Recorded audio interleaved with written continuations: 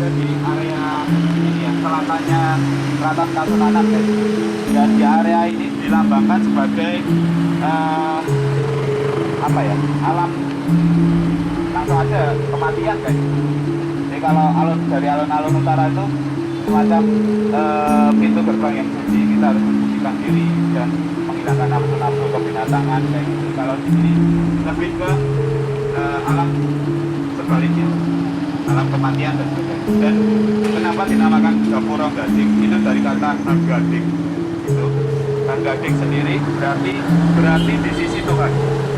Di menara Gapura Gading ini benda Gapura yang menandakan kematian guys.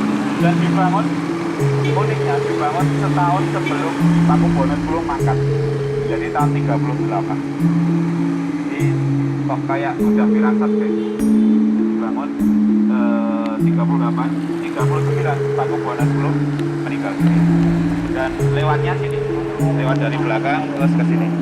Dan tidak diperbolehkan ya teman-teman, kalau ada tamu atau setono dalam kalau mau masuk keraton, ini semacam istilah ora elok gitu, orang Jawa bilangnya.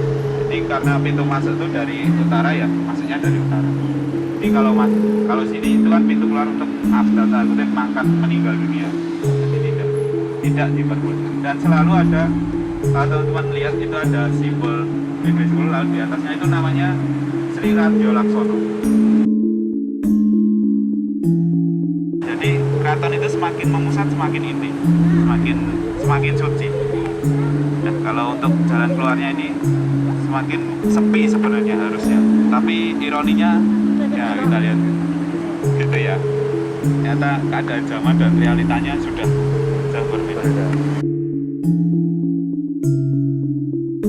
Beda sama yang di depan ya, di depan itu memang udah benar-benar karena menunjukkan kemegahan dan kehidupan tuh meriah gitu. Waktu kita lahir benar-benar rame gitu.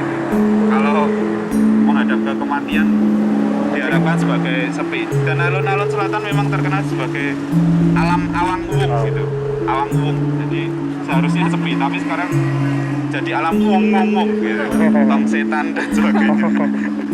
Gitu guys. Tapi emang ini kan apa? Iya. Kalau yang di alun-alun selatan kan memang pada awalnya dibangun karena emang buat kayak tempat buat warga.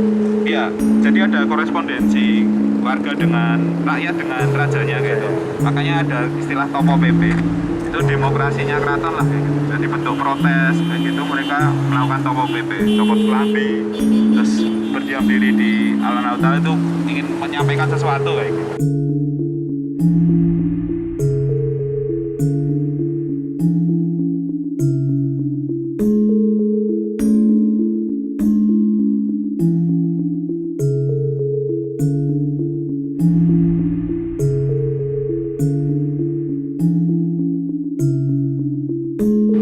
Adalah Kebo Bule gitu, dan terkenalnya dengan Kebo Bule Kiai Slamet gitu. Nah teman-teman, ada beberapa versi terkait dengan Kebo Kiai Slamet sendiri, dan sebenarnya kerbau albino ini tidak bernama teman, atau tidak punya sebutan khusus loh. Nah versi pertama itu Kebo Bule ini hadiah dari Bupati Ponorogo, namanya Surobrono, Adipati Surobrono. Beliau ini yang disambati gitu, ketika Pakubono kedua lari pecahnya Kartosuro sampai ke Ponorogo, dan yang menolong beliau di sana. Lalu sebelum pulang ada semacam wasiat kayak gitu, ada pusaka namanya Kiai Slamet, tetapi harus didampingi dengan dua atau sepasang kerbau albino itu. Sebenarnya secara ilmiah ini kesalahan pigmen, bener, kesalahan pigmen. Jadi ini ilmiah ya, aku ya. bukan mengapa ya, membuli atau apa. Ini kesalahan pigmen. Nah itu versi pertama. Versi kedua ternyata ada yang bilang lebih jauh lagi. Tradisi Kebo Bule kayak gini ternyata sudah ada semenjak Sultan Agung. Jadi sudah jauh banget, jadi sudah mungkin era Demak kayak gitu. Nah dua versi tersebut kayak gitu, dan ternyata benar gitu, Kebo Kiai Slamet ini kalau orang-orang dalam Sentono dalam tuh yang penting selamat sih. Jadi memang yang diharapkan tuh manusia itu hidup selamat dulu, setelah itu baru bisa melakukan sesuatu banyak hal. Dan mengapa beliau Kiai Slamet ini ditempatkan di depan sebagai cucuk lampah, karena itu juga sebagai representasi kita hidup sebagai masyarakat agraris. Jadi biar kita kenal root kita gitu, kita kenal akar kita, dan istilah untuk mendapatkan istilah Kiai Slamet itu nunggak semi itu. Jadi penurunan sebenarnya di belakangnya itu pusakanya itu pusaka itu. Dan diceritakan pula di Adipati Surabaya itu pusaka Kiai Slamet itu dimasukkan ke dalam kerbau ini. Jadi nggak tahu sebenarnya pusakanya itu bentuk tombak atau pedang atau apa ya, banyak hal yang berbentuk senjata tajam atau. Nah, tapi itu akhirnya diyakini oleh orang-orang waktu itu, masyarakat Jawa pada umumnya, terutama yang hidup lekat dengan pertanian. Tidak heran jika ada perhelatan satu suro itu ngapunten nggih, kathah tiang-tiang tebih dugi mriki. Ya, orang-orang Jawa Sragen, Boyolali, Karanganyar, Wonogiten nggih. Ada lagi.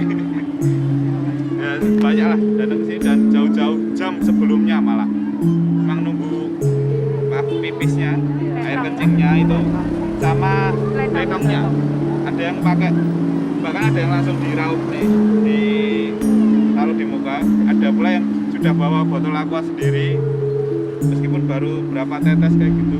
Ada yang ambil lekongnya juga di plastik terus dibawa pulang pun sebenarnya bukan untuk dia sendiri, tapi ditaruh di pojok-pojok ini teman-teman sawahnya, berharap akan makmur dan subur juga.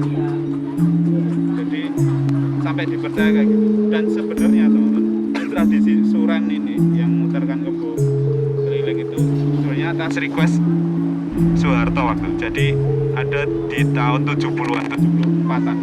Jadi sebelumnya hanya muter di kawasan dalam aja, di kawasan Baluarja. Tapi sebagai ekspresi budaya dan ini kerajaan besar kayak gitu harus ditunjukkan ke masyarakat. Dan efeknya memang sangat besar, bahkan sampai sekarang. Jadi pergantian Muharram atau satu Suro itu ya teman-teman tahu sendirilah ramenya kayak gimana. Mungkin sekarang agak sepi ya.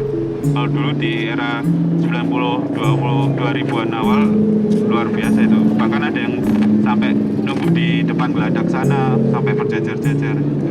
Bahkan saya pun sampai sempat ngalami diajak baca jalan kaki loh dari Kartosuro sana malam-malam, bener. Dan saya juga ikut ya. Pas meskipun pulangnya digendong turu gitu. Karena jam 3-4an baru rampung.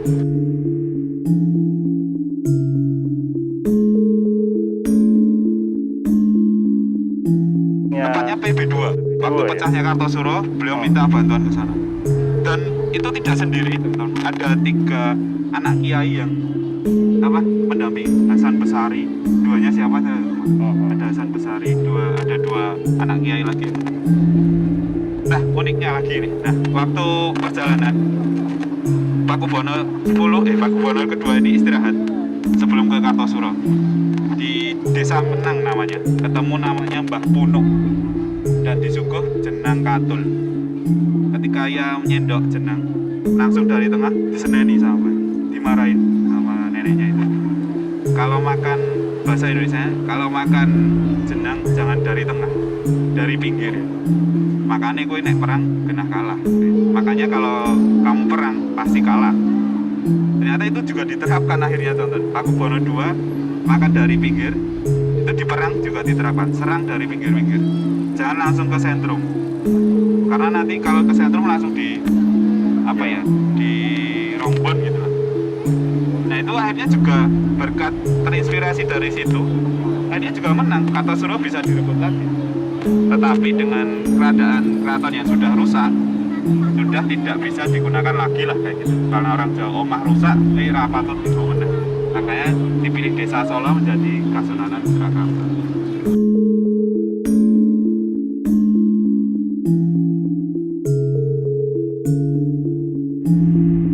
Kerbau ini kerbau lah, itu juga pernah diceritakan waktu itu namanya Kebo Marcuet atau Markuet.